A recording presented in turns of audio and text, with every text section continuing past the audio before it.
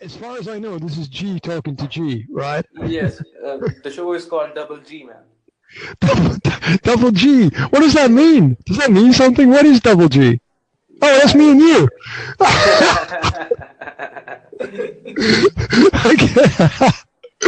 Okay, that's cool. That's cool. So, you were mentioning something in our previous conversation about rising intolerance, right? Yes, You yes, were yes. talking about the fact that that in each country there appears to be this growing kind of hate, maybe between people, maybe towards minorities, maybe towards other groups. And this intolerance is not just in one place. Now we can see it sort of spreading from I don't know, country to country, perhaps, like that. And it's very visible now to people because we now have access to digital media. So, you can check what's happening with people through Facebook, through YouTube. There are many other ways that people can connect together. So, what's your take? What's your take? Because this is obviously on your radar. This is important for you. So.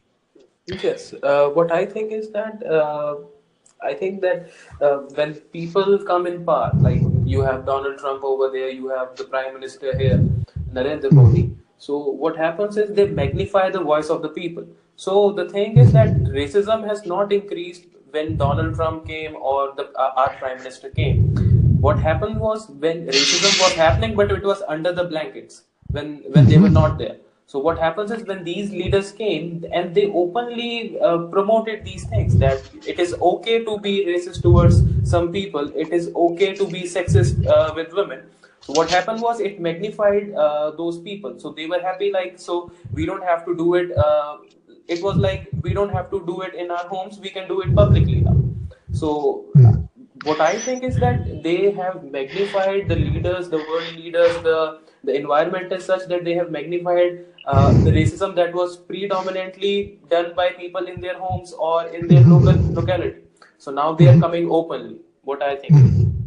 Okay, so have you experienced this where you are? Are there any examples like where you live or around where you live where you've seen this happen? Yes, everywhere. India is in news, I guess, every 3 to 4 days because of some of the other hate crime that is happening. So I'll tell you a very recent story in India. An 8-year-old Muslim girl was raped. 8-year-old Muslim girl was raped for just to give a message to the Muslims that they are not allowed to enter our area. That was the message that they wanted to pass, and they passed it by raping an 8-year-old girl. Okay, but we have to assume that these people are fucked up in the head, right? We have to assume that these people are not normal because those are the actions of a person who has serious mental problems, right? Yes, but the thing is, I'll tell you something more. That this is the opinion that most people share, that there are some fucked up people who are doing these things, and it should not be seen as on a larger scale. But the thing was, when the Muslim girl was raped, what happened was our politicians came to protect those rapists because they believed that what they did was not a big deal. They thought that it is something that is not a very heinous crime what happened. So they came to protect them. There was rallies all over the place so that they should not be prosecuted. There were rallies so that they should not be tried in the court. So it was a support from the government which showed that this is not something that a group of mentally fucked up people are doing. It is something that is a collective voice, that we have to give a message to minorities that they are not allowed at some places, that they are not allowed to do certain things. And why do you think this is important for the government to give this message to people? The government, it is a majority government. It is a very right-wing government that we are having right now. So they came to power with the help of the right wing. They came to power because it is a majority government. They don't want to listen to the minorities. That is what because they play the game of appeasement. They are pleasing the majorities, and they don't give a shit about the minorities. Okay, is it better to have a minority government? No, I don't think that. What I believe is that there should be equal representation. That it is not that you want a minority government, you want a majority government. If you have a minority government, see what will it was in Syria. That's what it started. So one particular group should not be in power. What I think is that equal distribution of power should be the what I would say that should be the scenario that we should look for. Okay, so let's go with this idea. What's the best way to achieve equal representation? What do you think? It depends a lot, man. So equal representation can come from giving people opportunities which are not fortunate enough to have them. So it means that the minority people should be supported by the people who have power, who have money, so that they can also contest elections. They can also get into the institutions that they have a decision-making role for them. Mm-hmm. So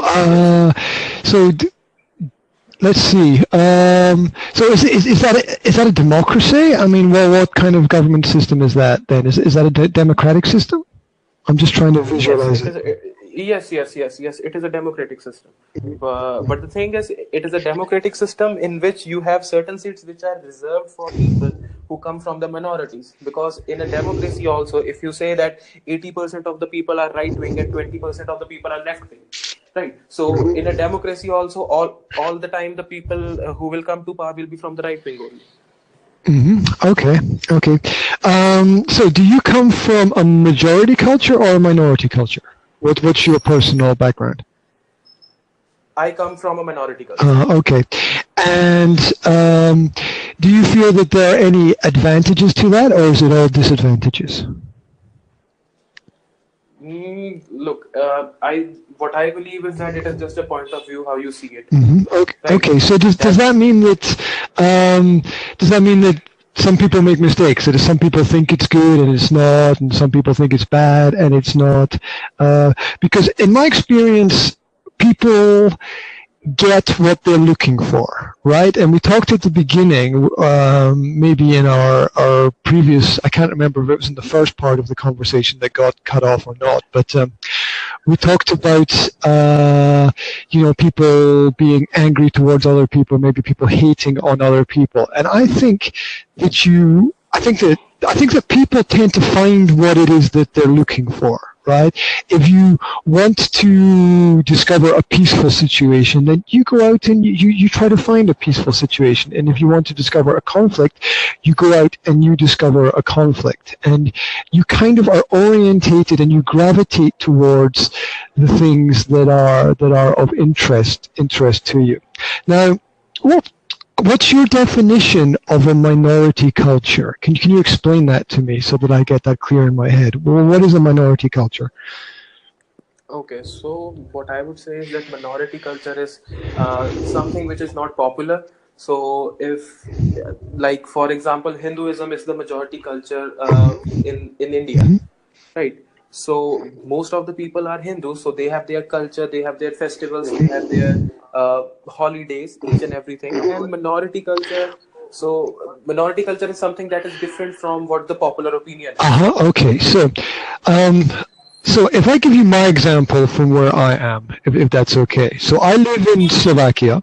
Slovakia is a country of almost 6 million people, and obviously the Slovaks with Slovak culture. Now, my background is that I'm Scottish. I was brought up in Scotland, okay? Now, as a Scottish person living in Slovakia, I have lived here for 19 years. And maybe there are, I don't know, maybe there are 20 Scottish people who have lived in Slovakia for 19 years, maybe only 20 in the entire country, okay? So, am I a minority? Yes, you are a minority. In a Scottish person? In terms of... Yeah, if there's only... Yes, in terms of representation, you are a minority. Okay.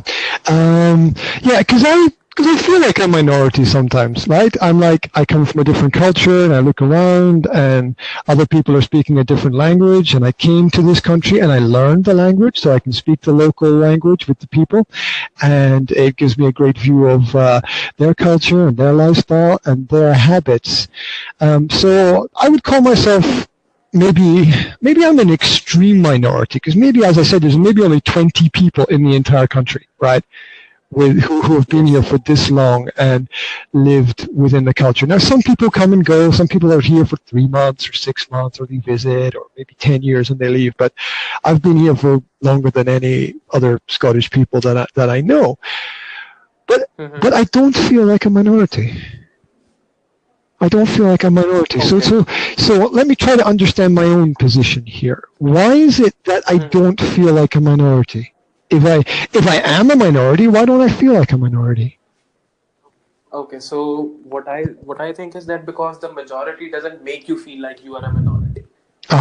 Because yes, they are accepting of you, they are accepting of your ways, they don't want to change you, they don't want to interfere with you, right? So that may be the reason that you don't feel that you are a minority. Okay. People may be more accepting of different cultures, of different point of views, so that they don't want to change, don't want to interfere with you. So I guess that might be the reason that you don't feel like you are a minority. Okay, now it might be that the majority of them are most accepting. Although at the same time, I have to get a foreigner's visa to stay here. Even though I'm in the European Union, I have to get a special business license. I have to go to the foreign police and get their permission to live within the country and work within the country. And, from time to time, that makes my life extremely complicated, because I still need permission to live and work and do my job and have my family and do business with other people and help them as well. So it's not an easy thing. And I can tell you that I've been in the foreign police station, and I've been grilled, right? Where they sit you down and they interview you, like, why are you here? What are you doing here? This is not normal that people from your country come and live in this country. What are you doing within this culture? Why is it you're here? Because I don't know if it's an extreme part of their job, or they just want to understand. I don't know what it is from their perspective. But there are times when it's been, really difficult for me to fit in, and I've had complications. But I don't feel anything negative towards the culture here. Yeah, I don't have any resentment. I don't have negative emotions. I don't hate anybody, and I definitely don't transfer the fear. Look, idiots are everywhere. Okay. Wherever there are people, there are going to be problems. It's just the way. It's just the way that we are. And I know that if I meet some silly, crazy, stupid person somewhere, I know that not everyone is like that, right? And I've got this faith and trust in humanity that there are more good people than bad people, and that hopefully one bad apple, doesn't spoil the whole bunch. So, So I think I understand what it is to be a minority, having lived in a foreign country and a foreign culture. And I'm going to tell you, the culture is different. The music is different. The daily habits are different. The food is different. The language is different. Yeah, people still have cars and live in houses and flats, and go to football matches and things like that. But it's different, right? Because every country exists for a reason. Right, the culture. Yes. Every country exists for a reason, because the culture of that part of the world is something that's different from other places. So, what do you think? Apart from the representation, is there anything else that you think people can do to help themselves if they feel like they're in a minority and they don't have a lot of control? Is there anything else they can do? Let's give some advice. We've got about a minute left in our conversation. So what I think is that people should be more open to different experiences. They should not just be limited to their house, to their religion, to their social circles. They should expand, because the more people you know from the different cultures, the more you know that they are also just like you. They are just normal people like you. So it is important that multiculturalism is promoted in each and everything. So I guess that more people you know, so the less people you hate. What I think. Oh, that's great. I love that. The more people you know, the less people you hate. That's beautiful, man. Yes.